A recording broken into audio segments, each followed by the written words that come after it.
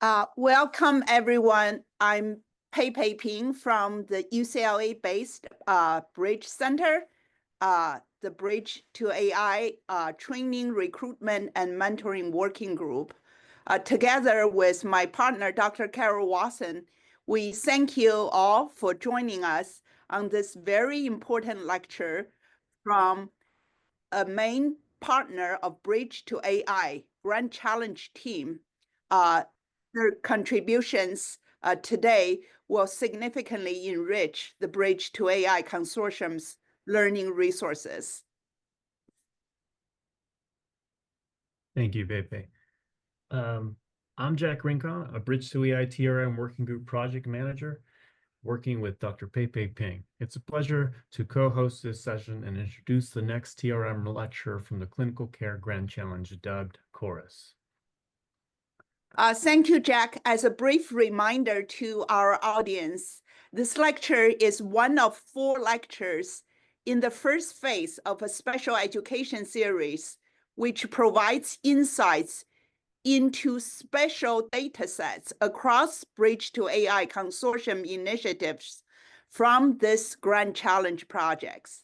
The TRM working group have a goal with this training module, as we want to facilitate interested stakeholders to engage with Bridge2AI Consortium AI-ready biomedical data sets to better understand both their structure and potential applications.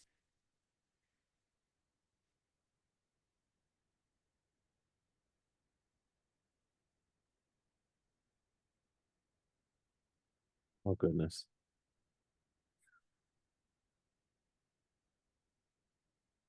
Back to you, Jack.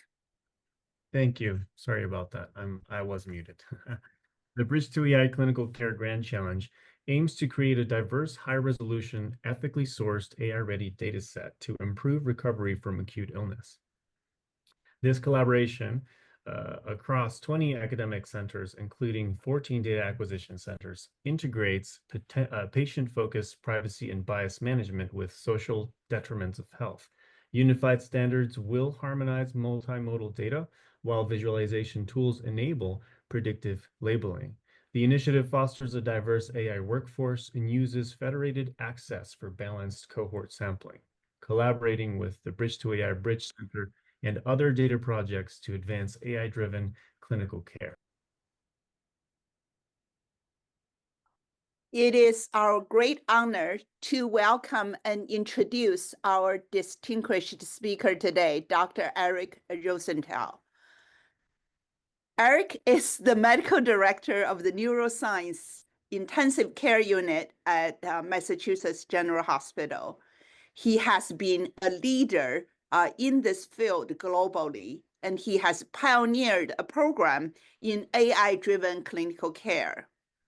As the director of the MGH Neuro AI Center, his work focuses primarily on creating large-scale data infrastructure, developing biomarkers for patient recovery, and adapting physiological biomarkers for clinical trials, especially for traumatic brain injury and seizures.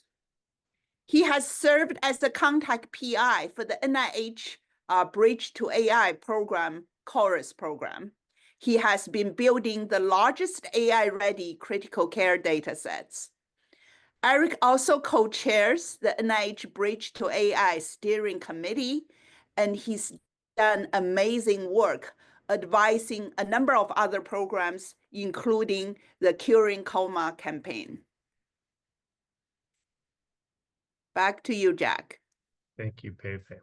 Our second guest of honor is Dr. Parisa Rashidi, a professor at the University of Florida and core director of the Intelligent Critical Care Center, IC3, is a leader in integrating AI into healthcare.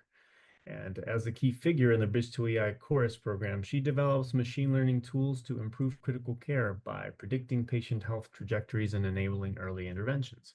Her work advances precision medicine through real-time monitoring and personalized care, while also training the next generation of AI researchers for healthcare innovation.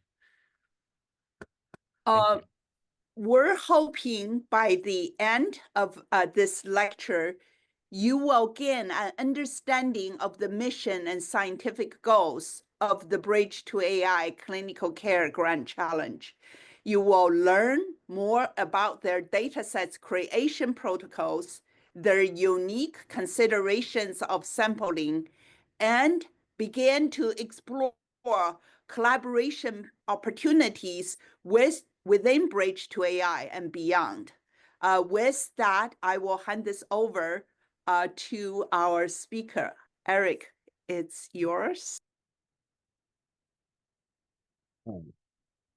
Thank you, Pepe, and thank you, Jack. Parisa and I are here really today on behalf of our research network and the larger Bridge2AI consortium. So we have, the honor of presenting this work. You can see the variety of institutions that have come together to collaborate here listed the bottom of our screen.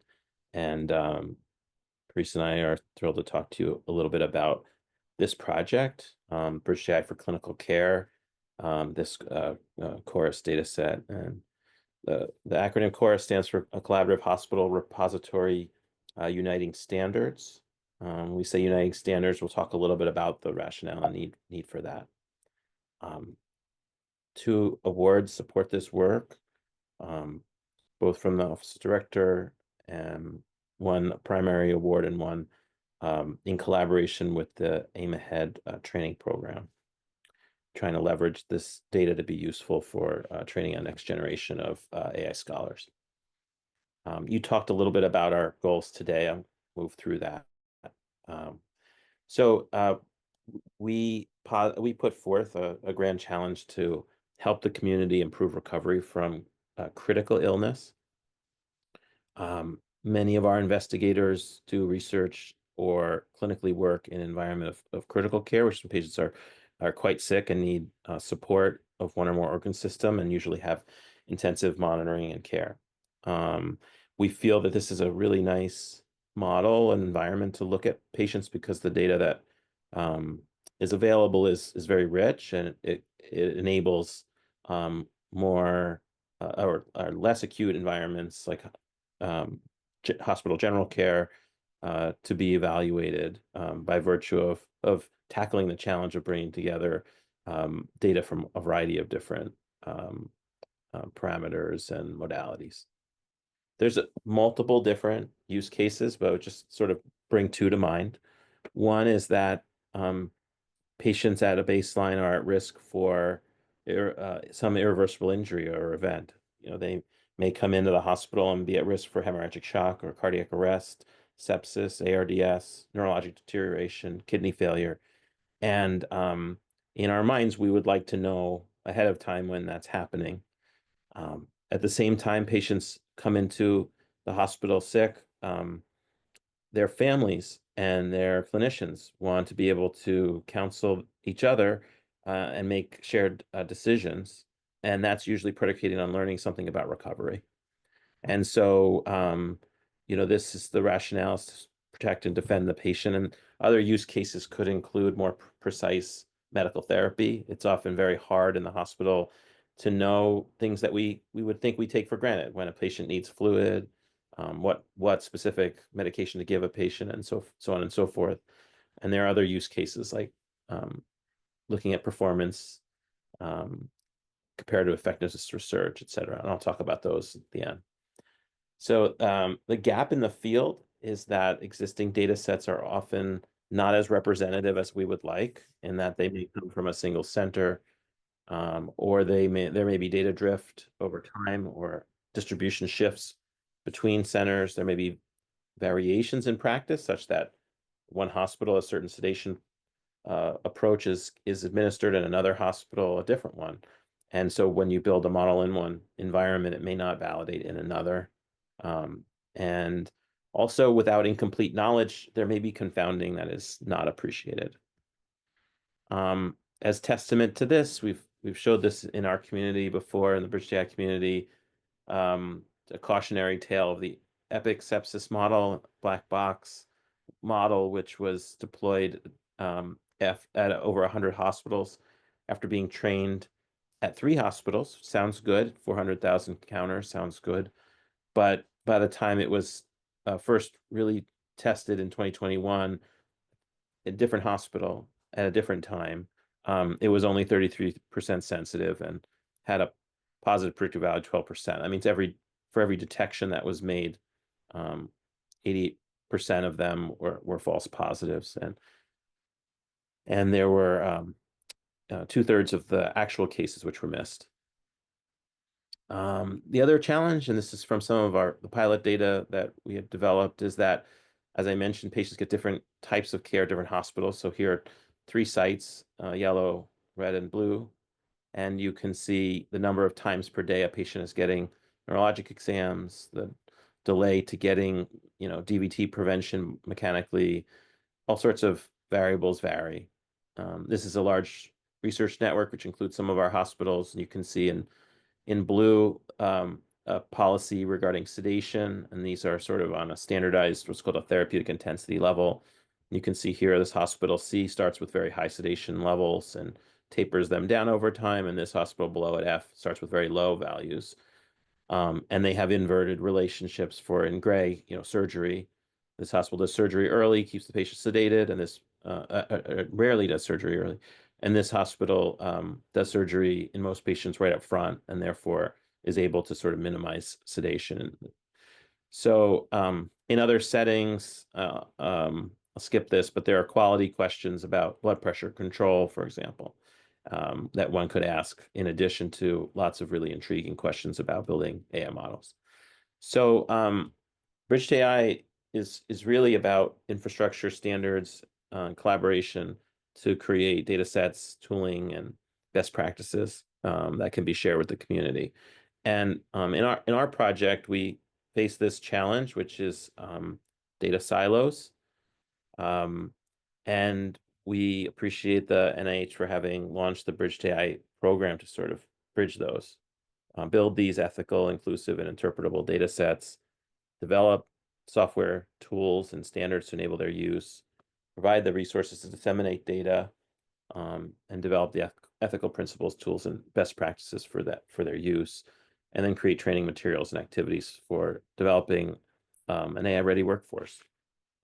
This involves unifying a Bridge Center. UCLA team has invited us here as part of their core, and for Grand Challenge projects, and we are the Clinical Care Grand Challenge, and you'll have heard about the other 3. This is a sampling of the members of our team and the locations where data is being collected, but also sites that are doing tooling, education, and other work. So sort of touched on these points before, but the milestones for us are to develop this infrastructure through tools and standards, harmonize this really quite large multi-center, multimodal, high-res data set from hospitalized patients. In this use case, it's critical care patients who have sort of the most complexity of data as a sort of stress test for that use case. Develop the guidance and really educate a next generation. We're going to talk primarily about 1 and 2 and the data set itself. The types of data from our multi-center network are multimodal and high resolution. So they include electronic health record data, which is tabular typically, radiology images, cardiac telemetry, and we've started to move to expanding to EEG data, social determinants that describe the environment and the individuals in the data set, and practice pattern metadata, which describe the care being given. This data from each site is standardized and uploaded, and our goal data size is 112,000 admissions, from which we plan to develop a holdout data set for formal algorithm testing, for example, for models seeking FDA approval. To do that, we posit that we need common data models, sort of Rosetta Stone for different data modalities that are scalable in the sense they can be used widely, that are transparent, so you know what you get, that they're reproducible. If I do it and another site does it, we know we should get the same result, and that they're community crowdsourced so that we have the benefit of continually improving them. For our electronic health record data, we've chosen to use the Odyssey OMOP Common Data Model for imaging, the DICOM imaging standard, and for waveform data, a version of the waveform database format, WFDB. I'll talk to you today about 3 aspects of our progress: open source tools for the data AI lifecycle, the data set itself and where we're at right now, and then tools as part of that lifecycle once the data is ingested that can be used to understand it. So in terms of tools for the lifecycle, this data is collected under exemption from informed consent as part of a single IRB at the 20 hospitals, 14 data acquisition centers. And as such, having a richness of data for any given individual, imaging, electronic health record data, medications, a lot can be known about an individual that puts the data at risk for re-identifying the patient. And so in that setting, we've chosen to create an enclave-based, as we call it, collaborative cloud, which serves as a data hub. In this environment, on the bottom right, each site can submit data, and they have extracted, they may transform it, and then they would load it at this area. There is a central area where data can be tested for its quality, and we can test applications for use. And then the data can be stored above it. To serve the data and make it useful, there are different containerized applications. And those applications might view the data or select different parts of the cohort or perform ML tasks, including sort of an externalized ML workspace. And then to access the data is an authentication and authorization area in which we provide access to either project engineers who get a higher level of a role-based access, or to guests who may sign up for a data challenge or want to build a model and help patients.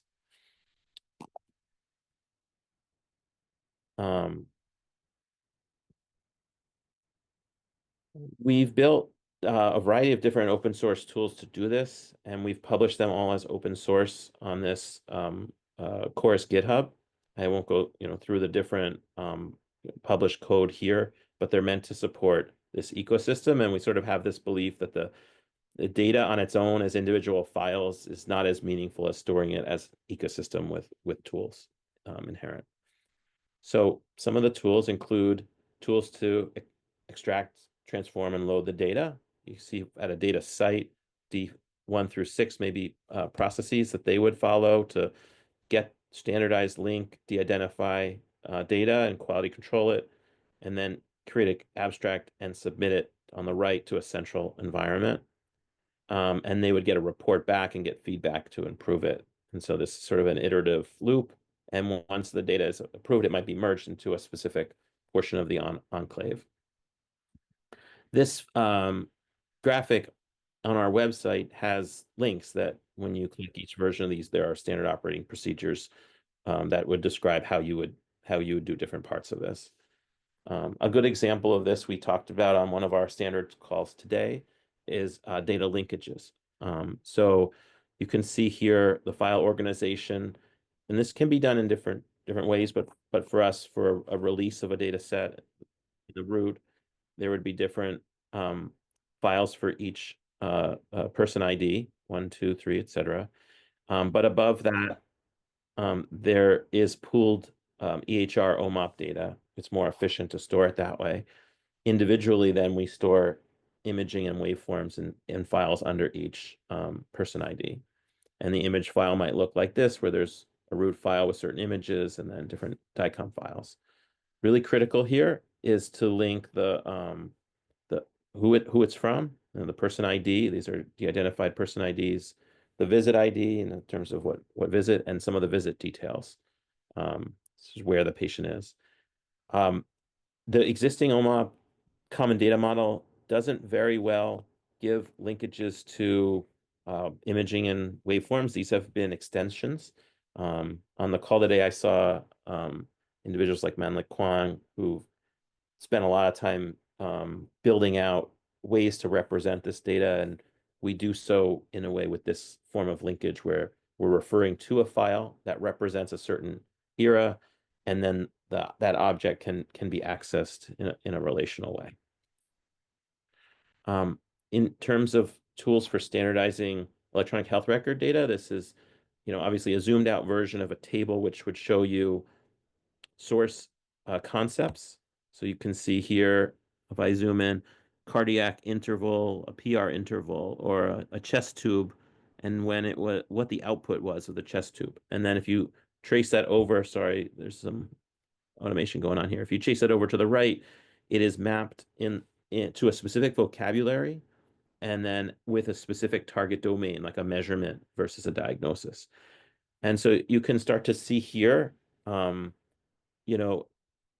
as sites sort of were in a preparatory phase over the first year or two of our project, and then started to proceed to release certain data sets, the measurements, observations, and so forth have accrued. And there's a lot of them. So a measurement, say like blood pressure, heart rate, pupil size, edema, chest tube output. We now have over 250 million instances of these, and we expect this to grow. And that's from our first 31,000 patients. So talking about pretty sizable data. This is an example of when doing these matches at any given site. Just because you have a data element doesn't mean it always has a perfect match to a standard. And we've sort of used a system, Andrew Williams and Polina Tolopova from an ontology standpoint, helped us go through a process where we had individuals who are clinical experts, domain experts, map these as a narrow match, a broad, a close match, and so forth, as well as to a specific domain. And you can see these can be parents or children. And what that means, to my understanding, is that a match may have a more broad vocabulary term that it's linking to, but the source may be a little more narrow. And here's an example of the opposite, or I think of that, where we're looking at the pressure of a tube inserted in the neck, an endotracheal tube, that's for mechanical ventilation and breathing in a patient who can't, for example, breathe on their own or without a tube. And the element is called pressure. And that is then mapped to tube cuff pressure of an intubation tube. That's the best vocabulary data element that we can find. And it's part of the LOINC vocabulary. And we call that a broad match because it's really mapped to a tube that's an intubation tube for pressure. We don't know if it's for specifically a tracheal tube. It could be for a tube that goes in the mouth. And so the expert here, I won't call myself an expert, but the individual here who did this mapping was then overseen by a medical ontologist who agreed with this, that this is not specific enough. The mapping, ideally would be specifically for a type of tube. And so we call this a broad match. So we've done this now for thousands of different mappings, and some of these are custom mappings, and we've had to do that because some of the standard mappings are not as well developed, but we've done our best to map data to these standards. And what that will create is, as I spoke earlier, a bit of a Rosetta Stone, so that the next site that comes along will have the ability to do this more quickly. We've extended this to work with Andrew, Polina, Ribal, Bidar at my center did together with an external group through their Critical Care Society, the Curing Coma campaign. They had common data elements like many organizations do. They had 8 different versions of these for different things. And the same process was done, and we mapped for that group about 1,672 terms from different vocabularies, and you can see the level of matching that occurred. So we try to take a rigor to the level of standardization for EHR data. And then for waveform data, I saw Brian on the call, and he's worked very carefully with others in our group to develop standards for how we're going to store our data. So to do this, first, he and the work group went through and looked at different types of waveform standards that are already available and sort of gave them a traffic light rating for all sorts of different aspects. So, were they well specified? Were they open source? How did they deal with different data parameters that might have different sampling rates? What about missing data? How they deal with this? Could they be read in a certain way? And I blown up on the bottom example of that, but you can see that they looked at really scores of different types of data elements qualitatively to evaluate. And then that work went forward, and they did additional quantitative benchmarking. So they took different data sets on the left, they're represented different colors, and they said, like, okay, here's 5 different data sets. Let's see how fast you can read these. And there are different ways that you might, block and look at data when featurizing it. And you can see here, uncompressed data was read faster. Compressed, data might be read a little more slowly, and so forth. And we chose data formats that were well specified, but also met benchmarking that they would be fast, because fast means both green as well as financially efficient for compute. We're currently in a phase with our standardization of also being able to post-process data to deal with issues that are relate in the hospital to clock time issues. Not just that clocks are not set correctly, but that because their sampling rate is not perfectly defined down to the hyperdecimal, that almost like a leap year or something, you can have over time drift of a clock, and we may need to take a section like this one in red here and literally drag it into the space that it belongs.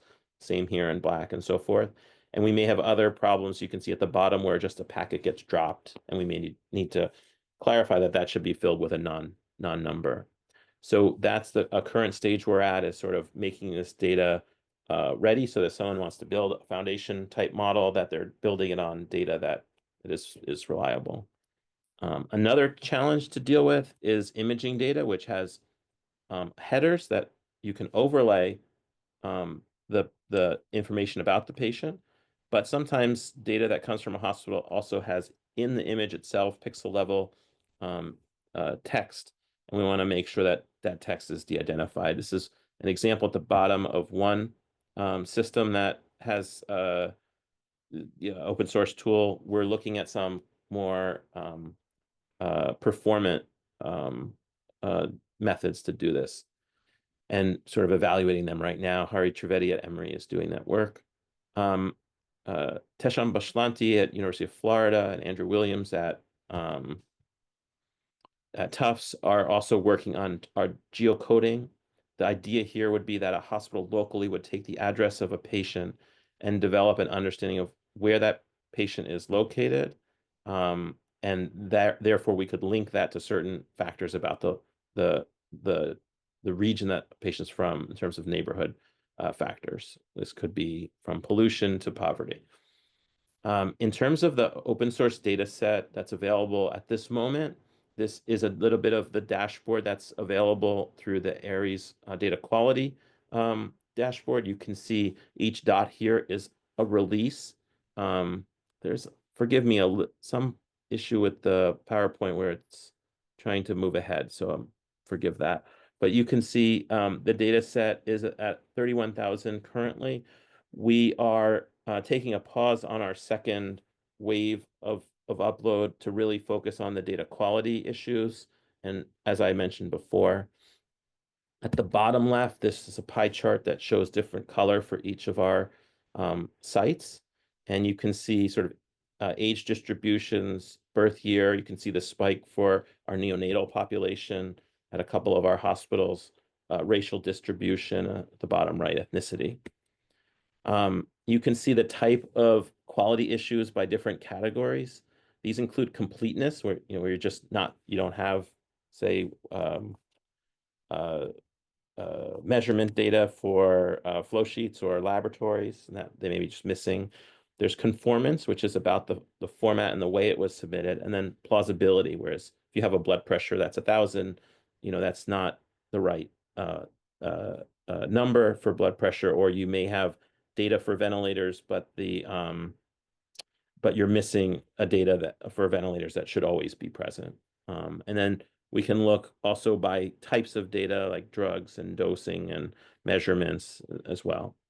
On the right is an example of what we might see in ARIES. For example, for blood pressure, we would like to think every patient had a blood pressure measured, and for any given patient, we might have a lot of measurements. So here, the average patient has about 1,000 measurements for blood pressure, 629 for pulse oximetry, at the bottom, 53 for hemoglobin. That's sort of the type of data we would expect in this setting.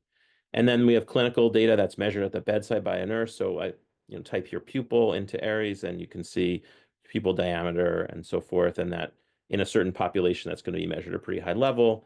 Here I type in a drug, tranexamic, for tranexamic acid, which is a coagulation reversal agent for bleeding, and you can see, percentage of the population was given that medication. This is in a different tool called Atlas. It's possible to drill down on very more specific cohorts.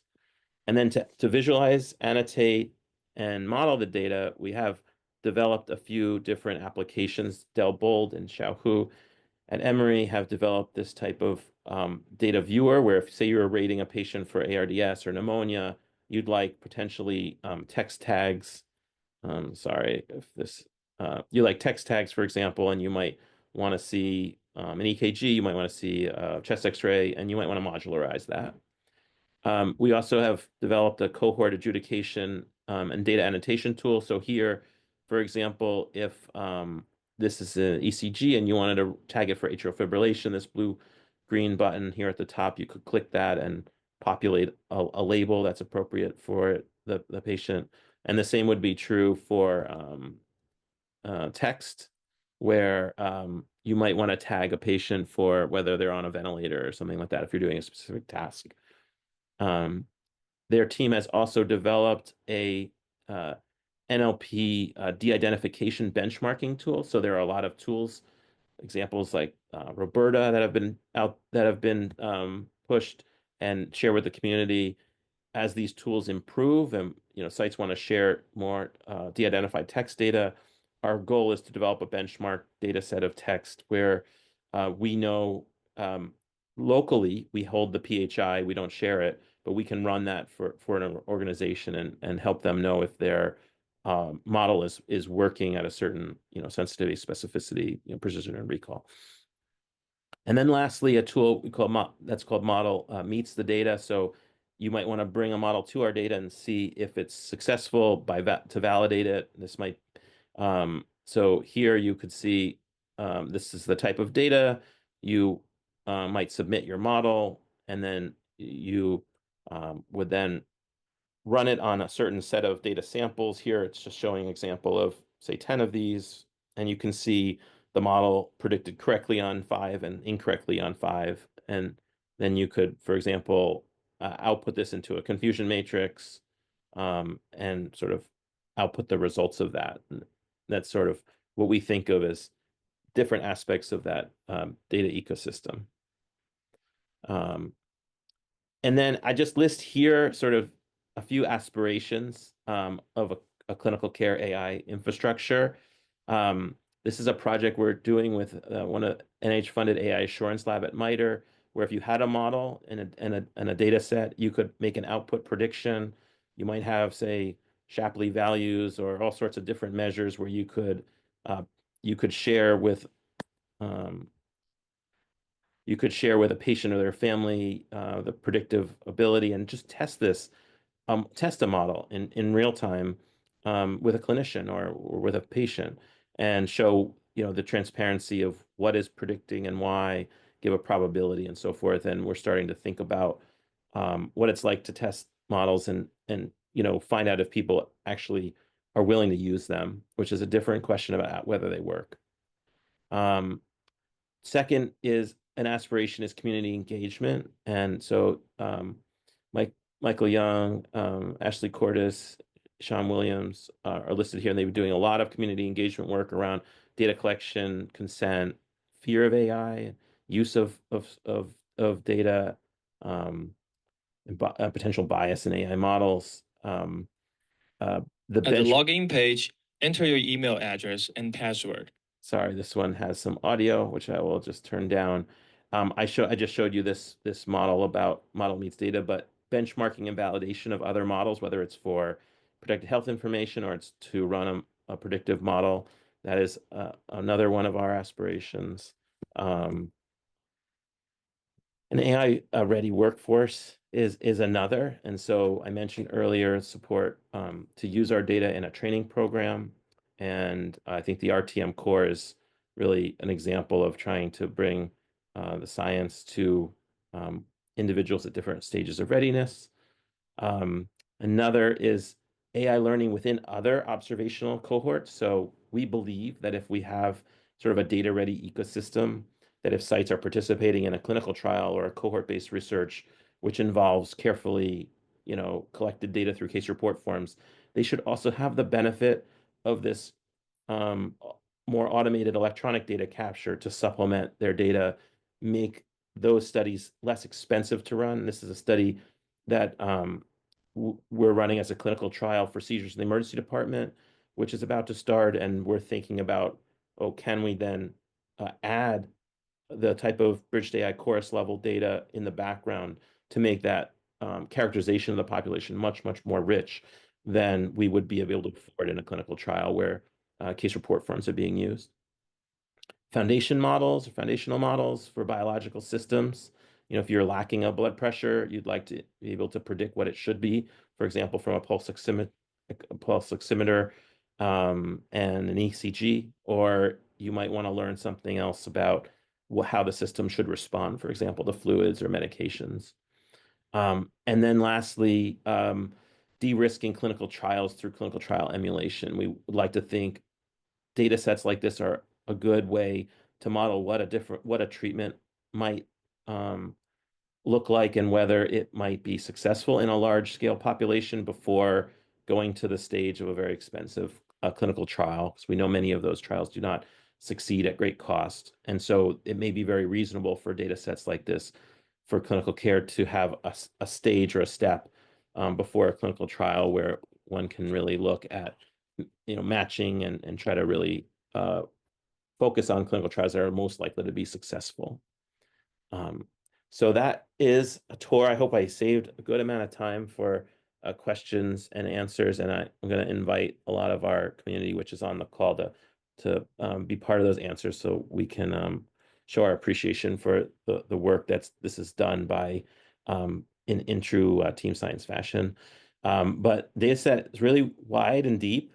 The challenge of that is really hard work that has to be done on data quality. And we're going through that now. That work is really possible only through collaboration, and the collaboration isn't just people, it is tools and standards that people are using together, and some of those have required extensions, like I mentioned, to be able to unify, say, imaging or waveform data with clinical data. And that the opportunities are, I think, all in front of us, and we're hoping that this project is a way to create the foundation for other work, whether it's clinical trial or a cohort, or it's foundation model to sort of sit on and rest on that type of data ecosystem.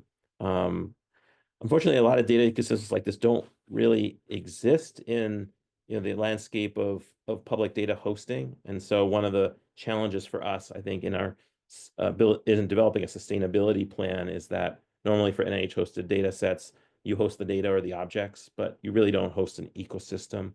And so that is one of the real questions for our group, is how do we create that type of ecosystem so that the data is the most useful it can be and most available. I think this graphic here is a little old, in the sense that there's a lot of people who've contributed, and I hope I have listed them today. Access to our data set is currently available. We're running different challenges, and we're in the stage of starting to think about planning future ones, and you'll be hearing about those. And then our tools have been posted as open source.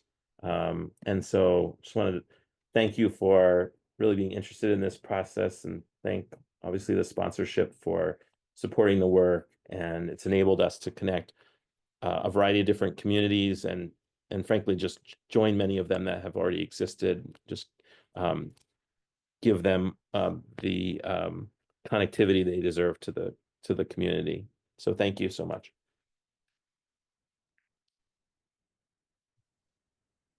Thank you, Eric. Dr. Rosenthal, this has been amazing lecture. What I could recall in the past couple of years, you've made extraordinary progress in this specific clinical care domain. I'm also particularly excited with your team willing to share these tools and resources as you've listed the open source toolkits for managing these data sets. I have a quick question, and then we invite our audience to ask some more questions. So my quick question is regarding the security and safety of guarding the clinical data sets, and any specific advice that you would give to our audience, or lessons your team has learned in that process. Thank you for the question. There's a lot of experts here who could speak to this, so if you would like to speak up, please just raise your hand and I'll call on you. And in the meantime, I'll just say that we followed a fairly strict and conservative strategy. The picture I showed of the enclave that involves upload has, private endpoints that were established between each center's research group and our enclave. And so those were established one by one. I think that's a really strength of what we're doing. It's also a weakness in the sense that if we wanted to bring on 40 sites tomorrow, we would have to get each of them through that IIT process to have a private endpoint, developed. There are still sites that we have one site which feels like the data should be, even though it's private endpoints, that the data should be encrypted in transport. And so we're still working with certain sites to say, how could we do that? Even though we feel that in some of the instantiations that we have, one's an Azure command line command line interface, and the other is a so-called Azure data share, that this is possible. Different sites have different views on this. And so when you start to deal with 14 sites, or if we scale, we'll have to really think about each site with its own data policy. So Barbara Evans, who's here, at the beginning of our project, sat down with the chief privacy officers for those sites and did sort of a focus group with each of them, and found that most of these policies and standards are local. I mean, there are state laws and federal laws, but a lot of what they are applying are local. So that is sort of just local politicking and trying to build relationships and get through that process.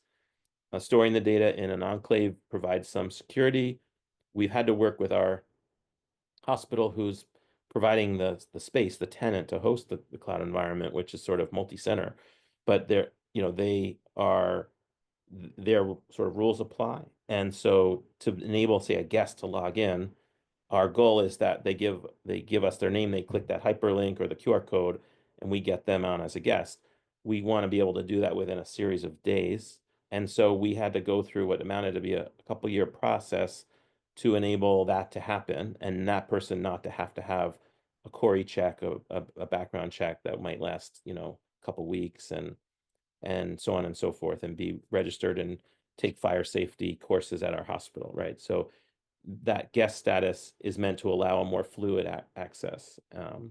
And so that was another sort of way. we took this. And then the last is the fact that the compute is happening in the enclave. This is a weakness because it's, people can't use their own workstations or their own servers or high performance computing centers. And that's a bit of a weakness for us in that we want to maximize the amount of sharing, but it's also a security benefit. And we've seen examples where certain regions will have different laws, state laws, in which that security posture is the safest. But we're trying right now to work with the Bridge Center to think about smaller pieces of our data that may be less complete, maybe waveforms, for example, that we could release more publicly, and democratize aspects of our data. But right now, the full relational benefit of the data is in this controlled access environment. Fantastic. So I'm handing it over back to Jack and welcoming questions from our audience. Yes. We have a few more minutes remaining.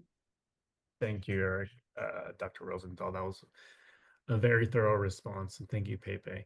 At this point, like Pepe said, we do want to open the floor for questions, and feel free to type your questions using the chat function in the Zoom.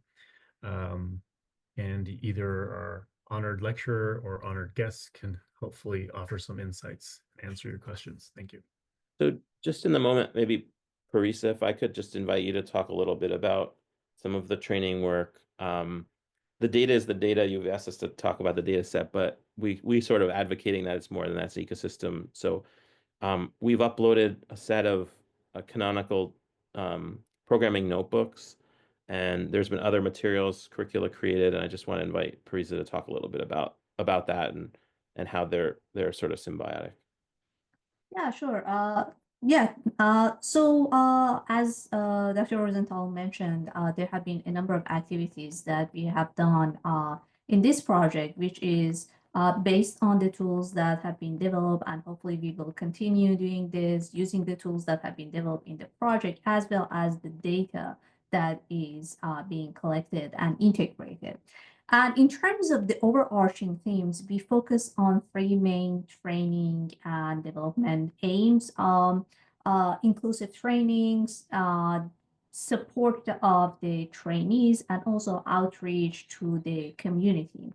And one of the main goals that we had was developing a set of training material that can be used by trainees at different levels of expertise.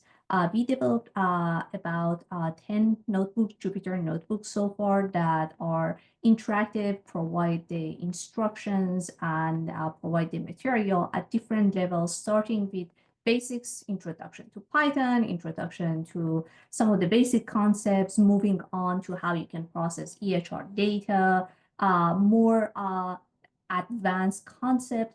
And those have been used in some of the workshops that we have been organizing. A number of such workshops have been organized by our team, and we have had different tracks. A beginner track that have been learning more about the basic concepts, how to actually develop a Python program, how to use data, EHR data, how to process that. And then the more advanced track that we also have been organizing and has been well attended, that have been focusing more on some of the advanced concepts such as generative AI, and we try to change the topic every year depending on the focus and also, of course, the trend and the theme in AI and machine learning, which we all know is changing. It's very fast-paced.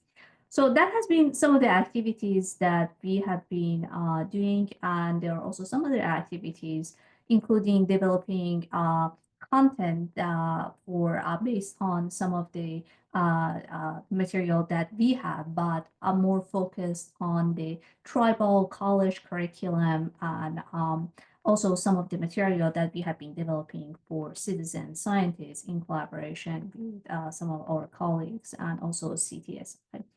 So diverse set of activities, and happy to answer any questions related to the training and workforce development.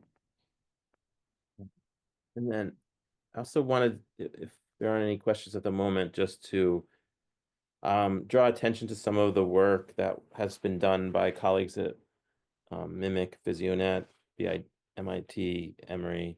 And I don't know if you want to just speak up a little bit about how you see this work fitting into those larger missions. Feel free to comment about that.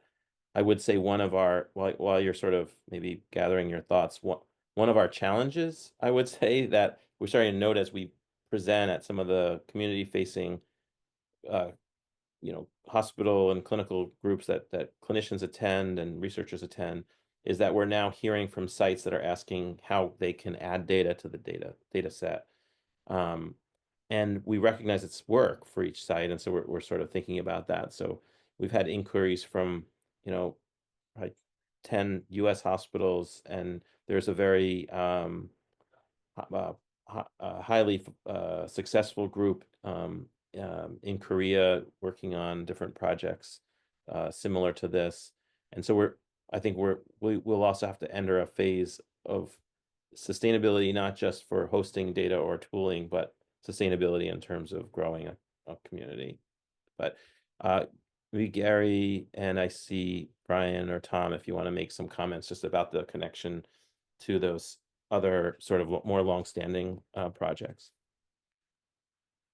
Thank you, Parisa. Welcome, Gary.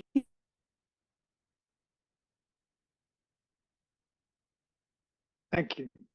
I was just trying to make the universal symbol for I'm muted.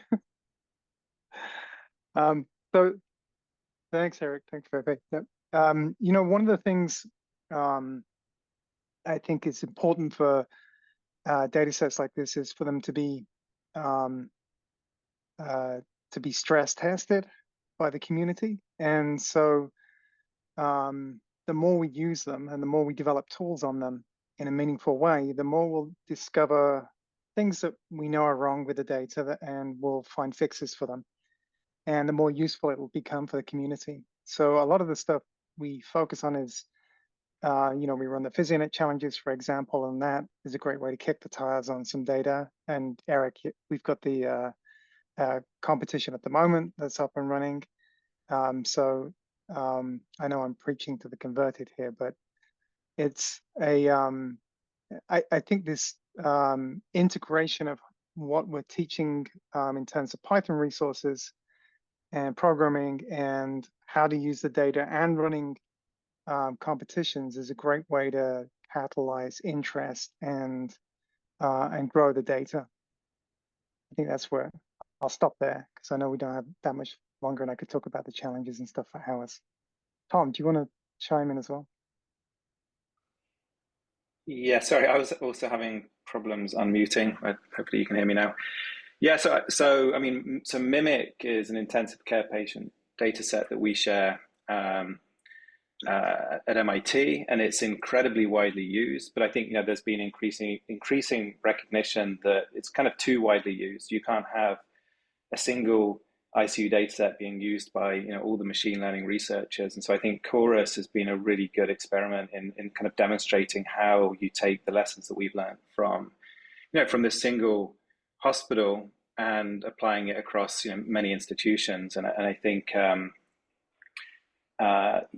it's clearly a very challenging process, but I think it's incredibly important. It means that we now have this multi-center data set like Mimic that's going to that I think is going to really increase the impact and the quality of the studies that we see being done by the machine learning for health community.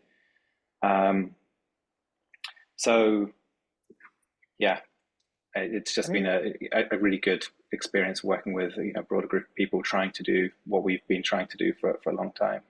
And Eric has been a great leader in kind of bringing everyone together. Sorry, Gary. Oh, I was just going to add to that and say, it's interesting to reflect, even though we started collecting Mimic back in the 2000s, some of the problems of the data still exist today, because I think that there are no universal standards on how to deal with much of the data. And so we're still creating that on the fly. And it surprises me that we're still doing that in 2025. And I think it's because, there's been no single centralized rationale for doing that. Everybody just creates their own standards within their own institution. So that's going to be a great output from this, as well as to try and broaden the adoption of standards across the community. Thank you, Tom. Thank you, Gary. So Gary, if we ask you to share one or two most important things you've done with respect to the data standardization for this clinical critical care set, what would you share with our audience? Well, I think, I mean, it depends. The answer to that is always, which part of the data are you most interested in?